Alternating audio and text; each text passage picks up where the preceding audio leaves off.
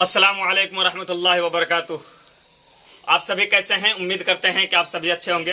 तो चलिए 10th का विषय लेकर के आ गए हैं हम एक नए YouTube चैनल के साथ, आपके साथ जुड़ना चाहते हैं। तो चलिए सबसे पहले 10th का जो विषय का तैयारी किया जाता है, सबसे पहले मैं आपको बता दूं कि इसमें जो है कई तरीके के सवालात आते हैं और उन सवालात का आपको जवाब देना पड़ता है। तो इसमें मारूजी सवालात है जिसको हम लोग अपने अल्फाज में ऑब्जेक्टिव बोलते हैं, उसको उर्दू में जो है मारूजी सवालात कहा जाता है। और मैं आपको बताऊं कि मारूजी सवालात में आपको कम से कम 60% नंबर मिलेगा।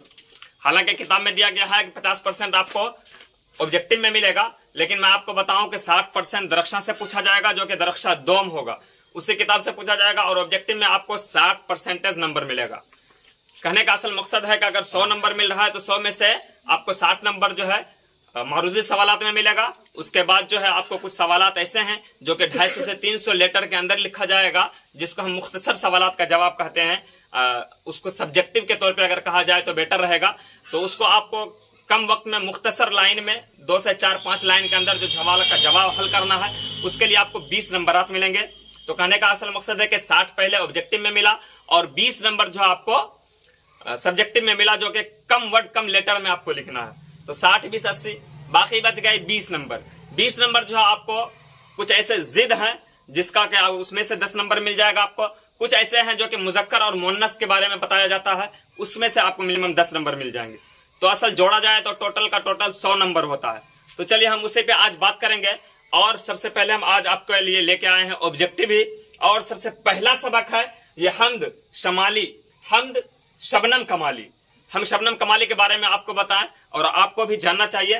तो सबसे पहले अगर आप हजरात सुन रहे हैं, देख रहे हैं, तो कॉपी को निकाल लें और कलम ले लें, ताकि आप आगे आपको कोई परेशानी ना हो। जब भी जरूरत पड़े अपने किताब को कॉपी को उठाएं और अपने सवाल का जवाब को हल कर लें। कोई भी अगर बीच में डाउट हो तो आप डाउट को क्लियर कर सकते हैं। तो चलिए, उम्मीद है कि आप हजरात कलम और कॉपी लेके बैठ गए होंगे। तो चलिए सबसे पहले हम बात कर लेते हैं हमद के ऊपर बात करेंगे। ये शबनम कमाली है जो कि ये अफसाना निगार लिखा करती थी, इसी के ऊपर आज हम बात करेंगे। कि सबसे पहला सवाल इसमें है कि शबनम कमाली किस जिला में पैदा हुए? शबनम कमाली किस जिला में पैदा हुए? तो जवाब आएगा सीतामढ़ी। वो ये भी पूछ सकता है कि शबनम कमाली किस शोबा में पैदा हुए, ये भी पूछ सकता है। तो शोबा बिहार के अंदर वो पैदा हुई है।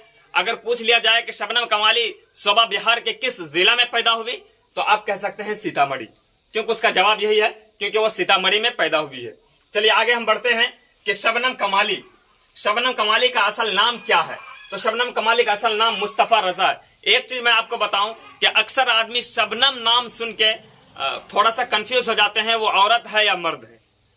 हालांकि मुझे भी पहली मरतबा मेरे सामने भी ये नाम आया था शबनम कमाली, तो मुझे लगा कोई औरत होगी, लेकिन ये कोई औरत नहीं है, ये असल में मर्द है। और इसका असल नाम जो है मुस्तफा रजा है। असल नाम इसका मुस्तफा रजा। तो शबनम कमाली का असल नाम क्या है बाबू? तो मुस्तफा रजा। तो चलिए आगे बढ़ते हैं कि शबनम कमाली जो है कब पैदा हुए? शबनम कमाली कब पैदा हुए? तो शबनम कमाली 1938 ईस्वी में। अगर आपको उर्दू ना लिखना आता हो, उर्दू में 1 2 3 4 1 2 3 4 नहीं लिखना आता हो, तो हम उसको भी आपको यहाँ बता देंगे कि 1 2 3 4 उर्दू में कैसे लिखें। इसलिए मैं थोड़ा सा कंफ्यूजन दूर करने के लिए उर्दू में भी लिख दिया हूँ। अगर जिस बच्चे को उर्दू आ रहा है तो उर्दू में लिख लें, अगर उर्दू नहीं आ रहा है तो एग्जाम्पल के तौर पर थोड़ी देर के लिए आपको मैं ये अंग्रेजी में भी लिख दिया हूँ, आप इसको भी लिख सकते हैं। तो शबनम कमाली जो है कब पैदा हुए? तो 1938 ईस्वी में। शबनम कमाली कब पैदा हुए? 1938 ईस्वी में। चलिए आगे बढ़ते हैं कि इंसान की मुश्किलों को कौन हल करता है? अगर इंसान के अंदर कोई मुश्किल आती है तो उसको कौन हल करता है? तो आसान सा जवाब है कि अल्लाह ताला। तो इंसान के सारे मुश्किलों को कौन हल करते हैं? तो अल्लाह ताला। तो चलिए, हमद में किसकी तारीफ की जाती है? हमद में किसकी तारीफ की जाती है? तो हमद में अल्लाह ताला की तारीफ की जाती है। हमद में अल्लाह ताला की तारीफ की जाती है। चलिए, हम आपको बता रहे थे कि अगर 1 2 3 उर्दू में आपको नहीं आता है तो मैं उसको आपको लिख के दे रहा हूं, आप अपने कॉपी में नोट कर लें ताकि आपको कोई परेशानी ना हो। तो चलिए हम यहां से लिख देते हैं। ये 1 हो गया उर्दू में, ये 2 हो गया उर्दू में, ये बस 3 हो गया, और ये 4 हो गया, ये 5 हो गया, ये 6। हिंदी में जैसे 4 लिखते हैं तो उर्दू में जो है 6 इस तरह लिखा जाता है। ठीक है, तो 6 हो गया, 7 हो गया, 8 हो गया, 9 हो गया, ये 10 हो गया। ये उर्दू में हो गया, इसको भी आप नोट कर लें ताकि आपको कोई परेशानी ना हो। चलिए अगले सबक की तरफ बढ़ते हैं हम। तो ये अगला सबक था भाभी जान और सुहेल अजीमाबादी, भाभी जान और सुहेल अजीमाबादी। तो चलिए ये सबसे पहला सवाल है कि सुहेल अजीमाबादी के पहले अफसानवी मजमुआ का नाम क्या था? क्या नाम था? चार चेहरे। ये चार चेहरे जो है एक किताब का नाम है। सुहेल अजीमाबादी जो है कई किताब लिखे हैं, जिसमें के पहला किताब जो है, पहला बुक ये चार चेहरे हैं। ठीक है, तो सुहेल अजीमाबादी का इंतकाल कब हुआ? 1980 ईस्वी में सुहेल अजीमाबादी का इंतकाल हुआ। तो चलिए सुहेल अजीमाबादी का कौन सा अफसाना आपके निसाब में शामिल है? भाभी जान। सुहेल अजीमाबादी का कौन सा अफसाना आपके निसाब में शामिल है? तो भाभी जान। जवाब क्या आ जाएगा? भाभी जान, ये जवाब है। उसके बाद है सुहेल अजीमाबादी के बचपन का क्या नाम था? तो जवाब आ जाएगा मुजीबुर रहमान। क्या जवाब आ जाएगा? मुजीबुर रहमान। ये अगला सबक है, अगला सवाल है कि सुहेल अजीमाबादी की पैदाइश कब हुई? तो सुहेल अजीमाबादी की पैदाइश जो है 1911 ईस्वी में हुई। सुहेल अजीमाबादी की पैदाइश 1911 ईस्वी में हुई है। तो ये असल चैप्टर है दरख्शा दोम का, और इसका जो चैप्टर था ये भाभी जान और सुहेल अजीमाबादी। ये जवाब हो गया, ये जवाब है चार चेहरे।